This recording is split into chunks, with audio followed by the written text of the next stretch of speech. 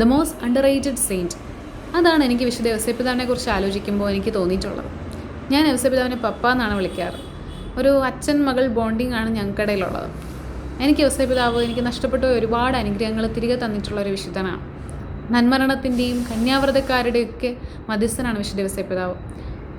അത് മാത്രമല്ല, ശരിക്കും പറഞ്ഞാൽ സ്വർഗത്തിലെ മാലാഖമാരെക്കാളും സകല വിശുദ്ധരെക്കാളും ഉയർന്ന സ്ഥാനമുള്ളതും വിശുദ്ധ ഔസേപ്പിതാവിനാണ്.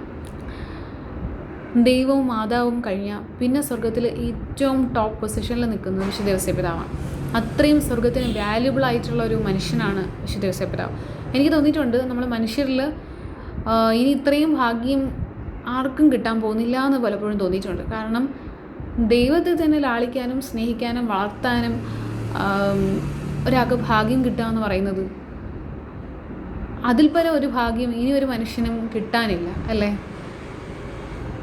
അതുപോലെ ഇന്നത്തെ ഈ ഒരു കാലഘട്ടത്തിൽ നമ്മൾ ശരിക്കും വിശുദ്ധ ഔസേപ്പിതാവിനോട് നന്നായിട്ട് പ്രാർത്ഥിക്കേണ്ടിയിരിക്കുന്നു. കാരണം നമുക്കറിയാം നമ്മുടെ കുട്ടികളുടെയൊക്കെ അവസ്ഥ എന്താണെന്നുള്ളത് നമുക്കറിയാം. ഇദ്ദേഹം ശരിക്കും സെയിൻറ്റ് ഓഫ് ദ അൺബോൺ എന്നും അറിയപ്പെടുന്നുണ്ട്.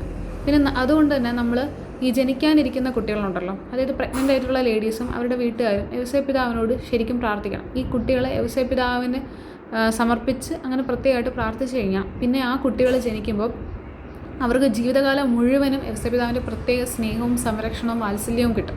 ഒരിക്കലും ഔസേപ്പിതാവ് ഇവരെ വിട്ട് പോവില്ല. അവർക്ക് എന്തെങ്കിലും ഒരു പ്രശ്നം ജീവിതത്തിൽ വന്നു കഴിഞ്ഞാൽ ഇപ്പം നമ്മൾ പാരൻസോ അല്ലെങ്കിൽ കുടുംബക്കാരോ ഒന്നും അറിയില്ല നമ്മുടെ മക്കൾക്ക് എന്ത് പ്രശ്നമാണ് വരുന്നതെന്നുള്ളത്. പക്ഷേ ഔസേപ്പിതാവ് അവിടെ അവരെ പ്രൊട്ടക്റ്റ് ചെയ്യും. പിശാചിനോട് ഭയങ്കരമായിട്ട് യുദ്ധം ചെയ്യുന്ന ഒരു വിശുദ്ധനാണ് വിശുദ്ധ ഔസേപ്പിതാവ്. ഈ ഔസേപ്പിതാവിൻ്റെ സംരക്ഷണമുള്ള പെൺകുട്ടികളെ ഒരിക്കലും ഈ നരകത്തിൻ്റെ ശക്തികൾക്ക് കീഴടക്കാൻ പറ്റില്ല. അത്രയ്ക്കും പവർഫുൾ ആയിട്ടുള്ളൊരു വിശുദ്ധനാണ് വിശുദ്ധ ഔസേപ്പിതാവ്. കാരണം അത്രയും ഔസേപ്പിതാവ് പൊതിഞ്ഞ് സംരക്ഷിക്കും. ഔസേപ്പിതാവിൻ്റെ കൈകൾക്കുള്ളിൽ ഉണ്ണീശോയെ ഔസേപ്പിതാവ് പ്രൊട്ടക്റ്റ് ചെയ്ത പോലെ നമ്മളെയും പ്രൊട്ടക്റ്റ് ചെയ്യും.